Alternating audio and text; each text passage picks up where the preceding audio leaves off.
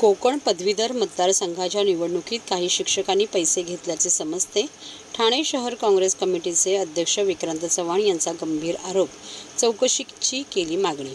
CET आणि नीट परीक्षांचे फुटलेले पेपर आणि कोकण पदवीधर मतदारसंघाच्या निवडणुकीत मतदान करण्यासाठी काही शिक्षकांनी पैसे घेतल्याचे समजते। दोन्ही घटनांमध्ये शिक्षकी पेशा बदनाम झाला असून या प्रकरणाची चौकशी व्हायला हवी अशी मागणी आज एक पत्रकार परिषदेत ठाणे शहर काँग्रेस कमिटीचे अध्यक्ष ॲडव्होकेट विक्रांत चव्हाण यांनी केली। सर्व मेडिकल फील्डच्या ॲडमिशनकरिता 24 लाख विद्यार्थी बसले होते। या परीक्षेमध्ये अतिशय गोंधळाचे वातावरण तयार झाल्याने पेपर फुटल्याचे उघड झाले। बिहार आणि महाराष्ट्रात काही ठिकाणी पेपर फुटलेला आहे आणि त्याच्यामुळे या विद्यार्थ्यांचे नुकसान झाल्याबद्दल विक्रांत चव्हाण यांनी चिंता व्यक्त केली।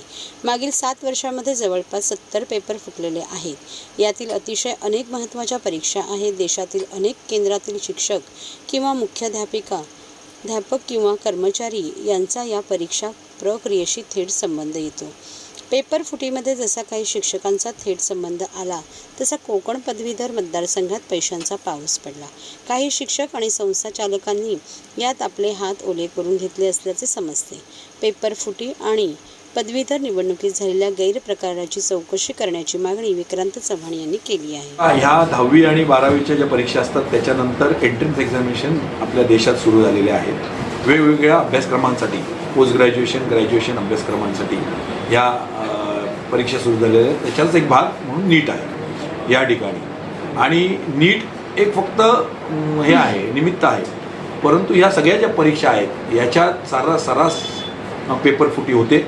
आणि त्यामुळे जे खऱ्या अर्थाने अभ्यास करून शिक्षण घेणारी जी मुलं असतात, गरिबांचे असतील श्रीमंतांचे असतील, रात्रंदिवस जे अभ्यास करतात त्यांची बौद्धिक क्षमता वापरून ते जास्ती मार्क मिळवतात, त्यांची या ठिकाणी कुठेतरी गळचेपी होते, फसगत होते। कारण हे पेपर फुटल्यामुळे जे अभ्यास करत नाही किंवा जे पेपर विकत घेऊ शकतात अशी मंडळी, बोगस मंडळी या ठिकाणी जास्ती त्याच लेवलची मार्क घेऊन पास होतात। आणि त्यामुळे ह्या ठिकाणी समतोल राहत नाही पुढच्या ह्याच्यामध्ये अभ्यासक्रमामध्ये किंवा नोकऱ्यांमध्ये, याच्यामध्ये समतोल राहत नाही। कारण अशी चुकीची लोक चुकीच्या ठिकाणी जातात चुकीच्या मार्गाने, आणि त्यामुळे ही पेपर फुटी जी झाली आहे हिचा थेट संबंध हे काल परवाच्या पदवीधर निवडणुका असतील किंवा शिक्षक मतदारसंघाच्या निवडणूक याच्याशी जोडला जातो। कारण शिक्षकच या ठिकाणी जे अभ्यास बसवतात, अभ्यासक्रम जे पेपर बसवतात, पेपर सेट करतात, तेच पाकिटं घ्यायला लागलेत या ठिकाणी असं आम्हाला समजलंय। त्यांनीच पाकिटं घेऊन मतदान केलंय। आता जे पेपर बसवतात या ठिकाणी मुलांचं भवितव्य जे हे करतात या ठिकाणी, त्यांनी प्रेरणा शिक्षकी पेशा ही साने गुरुजी, राधाकृष्णन, संत तुकोबा या ठिकाणी, एकनाथ किंवा महात्मा ज्योतिबा फुले यांच्यापासून त्यांनी ही जी प्रेरणा घेऊन, शिक्षक हा पेशा नव्हे, शिक्षक एक डेडिकेशन आहे। आणि त्यामुळे तेच जर पाकिट घेऊन या ठिकाणी मतदान करत असतील तर ही शोकांतिका आहे देशाची। या ठिकाणी कसे तुमचं आमचं भवितव्य, नागरिक कसे काय घडणार याच्यातून चांगले नागरिक, आणि म्हणून या सगळ्या प्रकरणाची चौकशी झाली पाहिजे।